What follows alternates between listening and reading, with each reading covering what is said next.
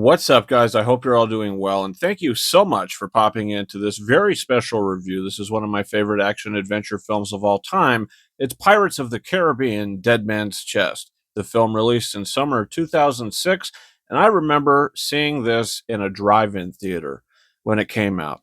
I was young, obviously. I was under 10 when this came out. And I don't remember a lot, but there's some really special visuals that I have sitting in the back seat of that car, seeing Jack Sparrow try to blow out the fire or Davy Jones's introduction. I just remember seeing those kind of images and remembering them and kind of having a special reaction to it. Not a lot of movies give us that kind of thing these days, like great character introductions.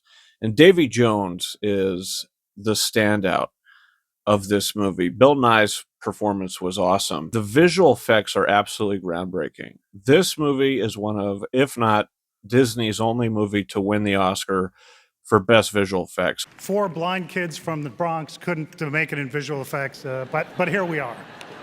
Other than like the Avatar films, that's kind of before Disney started taking over a whole bunch of studios. Here, this movie came out. It made over $1 billion. It was a huge success. The first movie was a massive hit, and it got Johnny Depp an Oscar nomination for Best Lead Actor, including a Golden Globe nomination. He was also nominated for the Golden Globe for Best Performance by an Actor in a Comedy or Musical for this film as well. This movie was also nominated for a couple other Oscars. The sound design is next level in this movie. And Dead Man's Chest, everybody kind of looks back at this film and you see a lot of admiration. Like, this is probably the best Pirates of the Caribbean movie. I think if you take a poll, you might get a lot of people that are saying that the first movie is, but I rewatched the first movie leading up to this, and I think Dead Man's Chest is clearly a better film. You can nitpick the heck out of movies, but after you've seen them so many times, that stuff starts to shine a little more. And when I rewatch Curse of the Black Pearl, it's a very good movie. It's a great movie. It's so well structured. The production value, the performances, the score, all of it really work. There's just some times where it's like, okay, that didn't really make sense, or we're just going to kind of bypass that, like the governor kind of being the father figure toward Elizabeth Swann. I mean, he is her father, but he's trying to have a conversation with her towards the end of the film. She's not even on the boat, and he says, "What have you done?" And next time you see them, they're just standing there together at the said to be hanging of Jack Sparrow. And also when Will and Jack have to get the ship to get out of Port Royal, they go underwater, and that's kind of a strange sequence. They kind of have to climb up the back of the ship to get onto it. You'll notice that their clothes are dry. And I hate it when movies do that. But in this film, the characters are soaking wet when they're supposed to be. When Will Turner escapes the Flying Dutchman and he's on Isla Duermerda, and he comes back and Elizabeth runs up to him, he's soaking wet.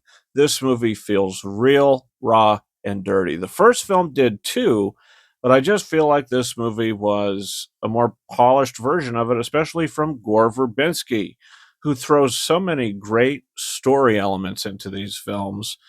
I think that he is obviously the best director of this franchise, and he knows how to craft some incredible action sequences.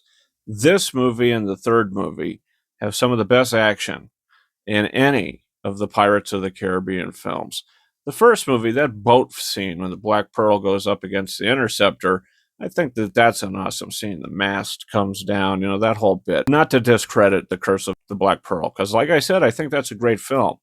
But Dead Man's Chest, I find to be a little more watchable. It's a little more entertaining. There's a lot more going on, because the first movie, the story is kind of very straightforward. This movie, it just feels like the world is a little bigger.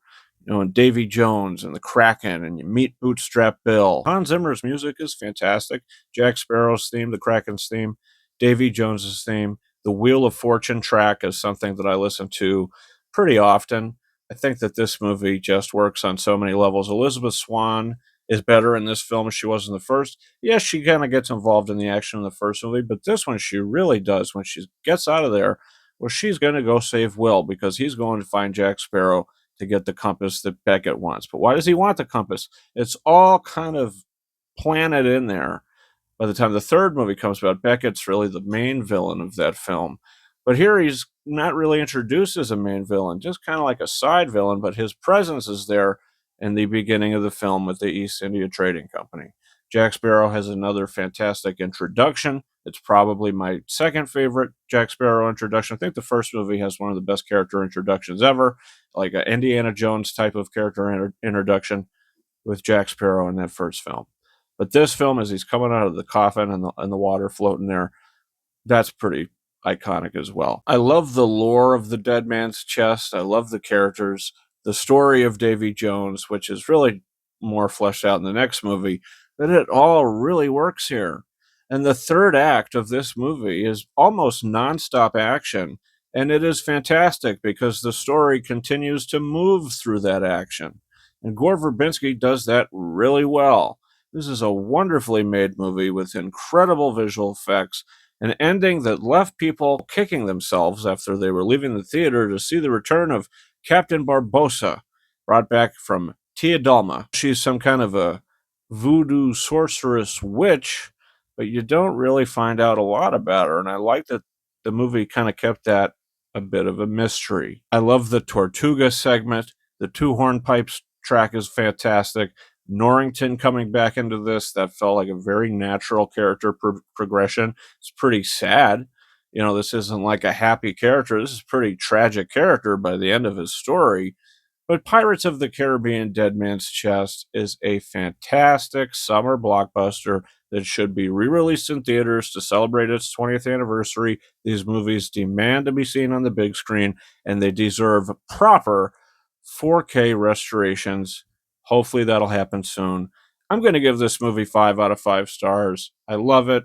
It's always been a favorite of mine, and I can never really figure out which Pirates of the Caribbean film is my favorite.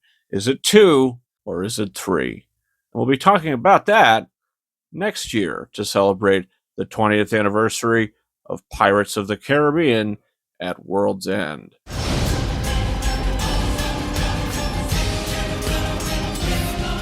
You guys could also follow me on Twitter and or X at RyanKing72 and Instagram at KingOfRises131. That's been it for me. Thank you so much for watching my review for the 20th anniversary of Pirates of the Caribbean, Dead Man's Chest. And until next time, over and out.